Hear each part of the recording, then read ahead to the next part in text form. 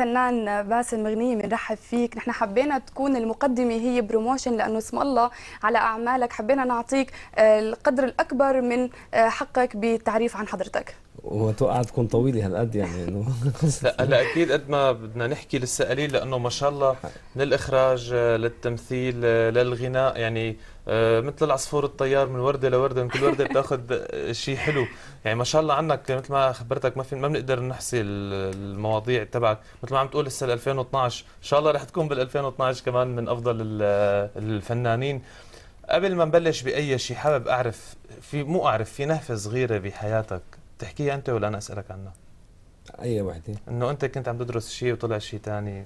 ايه انه انا لا اهلي افتكروا انه عم بشتغل، عم بدرس هندسه بالجامعه بالوقت اللي انا كنت عم بدرس فيه مسرح، وبتذكر كنت اخذ معي المسطره هي التي اللي بياخذوها عاده المهندسين مشان يمسطروا عليها.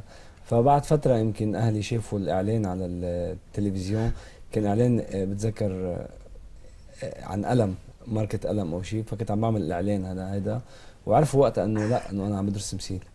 يعني قد ايه ضلت الفترة الزمنية انه انت عم تدرس تمثيل وفكرين الاهل انه هندسة؟ بعد 4 شهور تقريبا. لا مجد، هو المهم شو صار بعد ما عرفوا، بعد ما شافوا الاعلان. بما انه هو خبير بالتمثيل قدر يمثل عليهم، يعني من انت بهديك الايام قدرت تمثل انه انا عم بدرس هندسة؟ لانه ما كنت ابدا ناوي انه ادرس هندسي، وانا اصلا كنت رايح اتسجل هندسي بالجامعه، بس عرفت انه بالفنون بيعلموا مسرح كمان، يعني طلع في ديكور ومسرح وهندسي واركتكتور، وفي كمان كان رسم، فدغري تسجلت بدال حزيري ليش ما كان خايف من انه العقاب من الاهل؟ هو مدلل وحيد على 5 بنات، يعني كمان مدلل. دائما الوحيد بحق له يعمل اللي بده اياه نسبة للاولاد. يعني فيها وجهة نظر. ايه طيب، لقبت بالفنان الشامل، بمعنى من التمثيل للاخراج للغناء، وين بتلاقي حالك؟ وين بيلاقي حاله باسم مغنية اكثر؟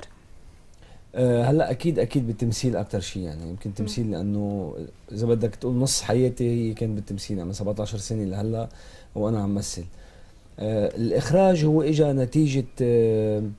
نتيجه يمكن خبره بالتمثيل. يمكن لو عملت مخرج من 10 12 سنه يمكن ما كنت اقدر اعمل بعض الاعمال بالقيمه اللي عم بعملها هلا. بس خبره التمثيل هي اللي فادتني واللي خلتني انه يعني باسم بتلاقي انه المخرج يكون ممثل احسن ولا الممثل يصير مخرج احسن؟ يعني خلينا نقول نحن اذا حدا حابب يعمل الاثنين، انت كخبرتك هي وين بتلاقي احسن يكون مخرج ممثل؟ المخرج اذا بلش مخرج ممكن ما يصير ممثل لانه شوي صعبه، بس الممثل ممكن يصير مخرج، لانه المخرج غير انه في موهبه وفي عين وفي له رؤيه خاصه، في ثقافه بالطريقه، بس في تكنيك. هلا بالتمثيل في تكنيك يمكن بدك تكتسبه على الخبره، لكن يمكن اذا بكون مخرج وتفوت تعمل ممثل بدها كمان وقت لتصير تتعود على التكنيك تبع التمثيل، بينما العكس اهون.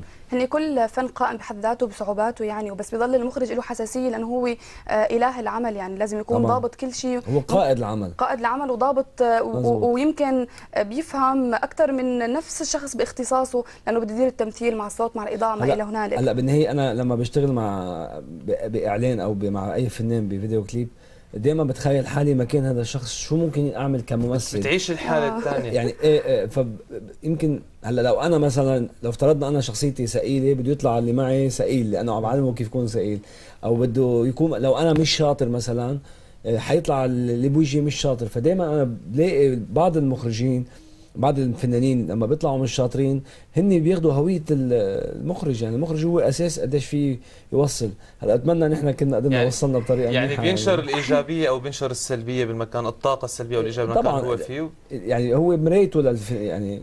أنا كنت بدي أسألك، أنا عم نحكي عن الإخراج، شو اللي بيميز باسم بالإخراج وشو هي رسالته؟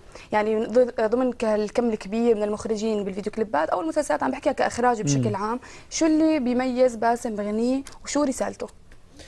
هلا ما في تمييز يعني، بس انه كل مخرج عنده صفته وعنده اسلوبه.